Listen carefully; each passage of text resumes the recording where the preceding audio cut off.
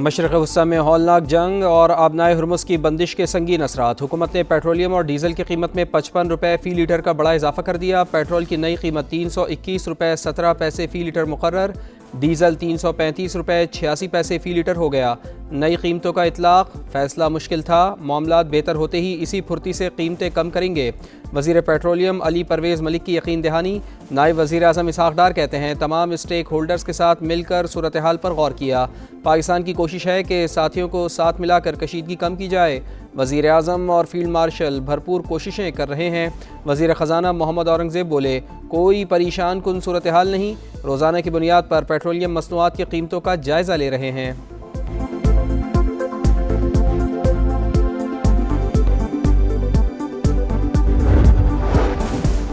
حکومت کے ممکنہ پیٹرولیم بحران سے بچنے کے لیے ہنگامی اقدامات۔ خام تیل کے 4 جہازوں کا انتظام کر لیا۔ سعودی عرب اور امارات سے معاملہ طے۔ امریکہ سے بھی پاکستان کے لیے کروڈ آئل کے 2 جہاز آئیں گے۔ آبنائے ہرمز کے متبادل روٹ سے تیل کی درآمد بھی زیر غور۔ پاکستان کا تیل اور گیس کے بند کنویں فعال کرنے اور مقامی پیداوار بڑھانے کا فیصلہ۔ مستقبل میں صنعتی شعبے کو گیس کے بجائے اضافی بجلی دینے کا پلان۔ عالمی منڈی میں خام تیل کی قیمت میں مزید اضافہ۔ برینڈ کروڈ آئل کی قیمت $94 فی بیرل تک جا پہنچی۔ امریکی کروڈ $92 پر ٹریڈ۔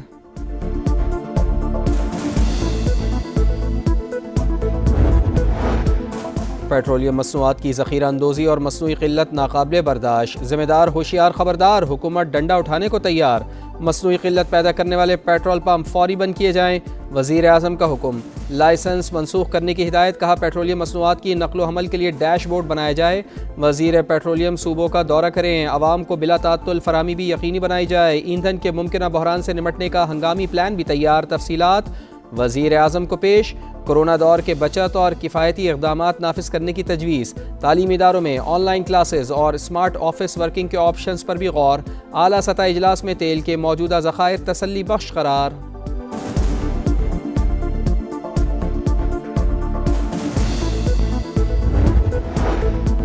اسرائیل اور امریکہ کی جارحیت تھم نہ سکی۔ رات بھر ایران پر خوفناک حملے، تہران دھماکوں سے گونج اٹھا۔ شہر کے جنوب، شمالی اور مغربی علاقوں میں آگ بھڑک اٹھی۔ مہرآباد ایئرپورٹ بھی شعلوں کی نظر۔ مزید 80 افراد شہید، تعداد 132 ہو گئی۔ شہید ہونے والوں میں 200 بچے بھی شامل۔ امریکی سینٹرل کمانڈ کا ایران کے 43 بحری جہاز تباہ کرنے کا دعویٰ۔ ایران میں 3000 مقامات کو نشانہ بنایا گیا۔ صہیونی فوج کی لبنان میں بھی شدید بمباری، چند گھنٹوں میں 11 شہید، شہداء کی تعداد 217 ہو گئی۔ امن فوج کے 3 اہلکار زخمی۔ بیقا میں حزب اللہ اور اسرائیل میں جھڑپیں۔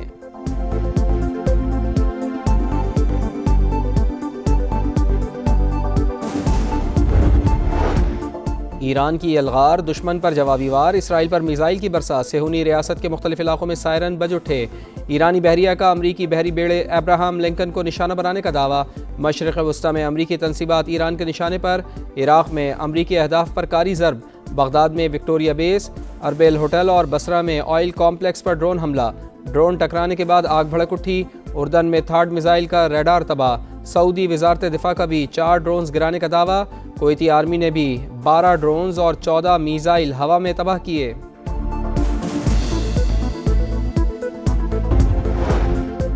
روسی صدر کا ایرانی ہم منصب سے ٹیلی فونک رابطہ۔ سپریم لیڈر کی شہادت اور ان کے اہل خانہ کے انتقال پر دلی تعزیت کا اظہار۔ ایران کی آزادی اور خود مختاری کی مکمل حمایت کا اعادہ۔ واضح کیا کہ جنگ کا فوری خاتمہ کیا جائے، مسائل کا حل طاقت کے بجائے سفارتکاری سے نکالا جائے۔ تہران اور ماسکو کے درمیان مختلف ذرائع سے مستقل رابطے برقرار رکھنے پر اتفاق۔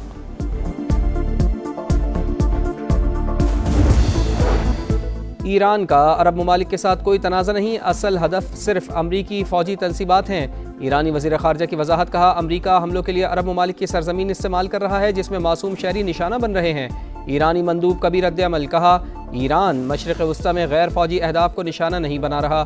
کچھ واقعات ممکنہ طور پر میزائلوں کو روکنے کے باعث پیش آئے۔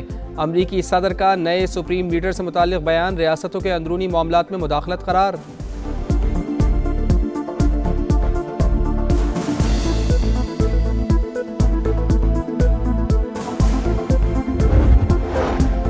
مشرق وسطی میں جنگ پھیلنے سے روکنے کی کوشش، سعودی عرب اور ایران کے درمیان براہ راست خفیہ رابطے تیز۔ بلومبرگ کے مطابق یورپ اور دیگر کئی ممالک سفارتی کوششوں کی حمایت کر رہے ہیں۔ سعودی ولی عہد محمد بن سلمان اور برطانوی وزیر اعظم کا بھی رابطہ۔ دونوں رہنماؤں کا مشرق وسطی کی صورتحال پر تبادلہ خیال۔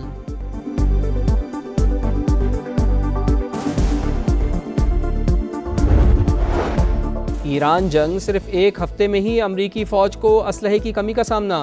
امریکی صدر ڈونلڈ ٹرمپ کا دفاعی صنعت کی بڑی کمپنیوں کے ساتھ اجلاس، دفاعی ساز و سامان کی پیداوار کو 4 گنا بڑھانے پر اتفاق، کمپنیوں کی انتہائی جدید اور اعلیٰ معیار کے ہتھیاروں کی پیداوار میں اضافے کی یقین دہانی۔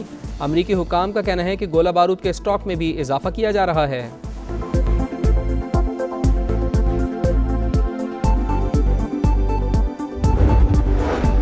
امریکی سیکرٹری خزانہ کا روسی تیل پر عائد دیگر پابندیاں ہٹانے کا عندیہ، کہا عالمی مارکیٹ میں استحکام یقینی بنانے کے لیے اقدامات کیے جا رہے ہیں۔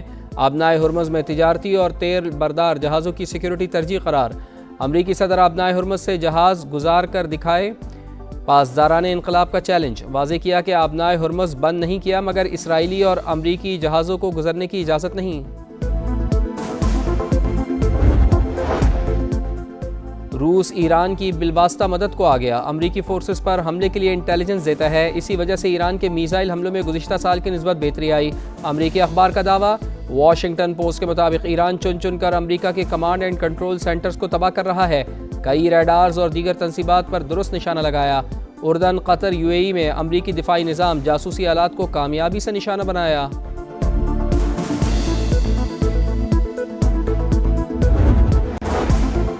روس کی ایران کی مدد کرنے کے بارے میں سوال پر امریکی صدر برہم، جواب دینے سے انکار، صحافی کو جھٹک دیا، سوال ہی بے وقوفانہ قرار، کہا اس وقت اس طرح کا سوال پوچھنا واقعی احمقانہ پن ہے، ہم تو کسی اور چیز کی بات کر رہے ہیں، ہمیں سب پتہ ہے کہ کون کس سے رابطے میں ہے اور کون کس کی مدد کر رہا ہے۔ امریکی وزیر دفاع کا رد عمل۔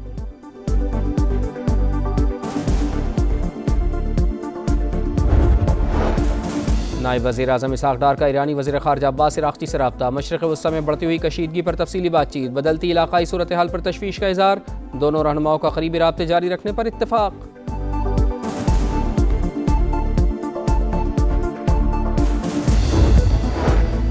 کراچی کے علاقے ملیر صالح محمد گوٹ میں ویگو گاڑی پل سے نیچے گر گئی، حادثے میں 2 افراد جاں بحق، 3 زخمی اسپتال منتقل۔ ابتدائی معلومات کے مطابق واقعہ تیز رفتاری کے باعث پیش آیا، عائشہ منزل کے قریب میں گاڑی کی ٹکر سے موٹر سائیکل سوار جاں بحق۔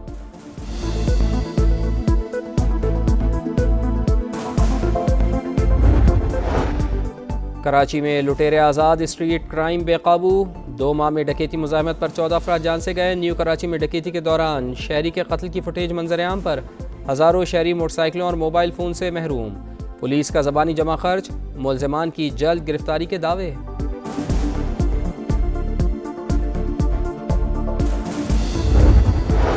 اور ہاکی کے میدان سے اچھی خبر، 8 سال بعد پاکستان نے ہاکی ورلڈ کپ کے لیے کوالیفائی کر لیا۔ کوالیفائر سیمی فائنل میں قومی ٹیم نے جاپان کو 3 کے مقابلے میں 4 گول سے ہرا دیا۔ قومی ہاکی ٹیم نے آخری بار 2018 میں ہاکی ورلڈ کپ کھیلا تھا۔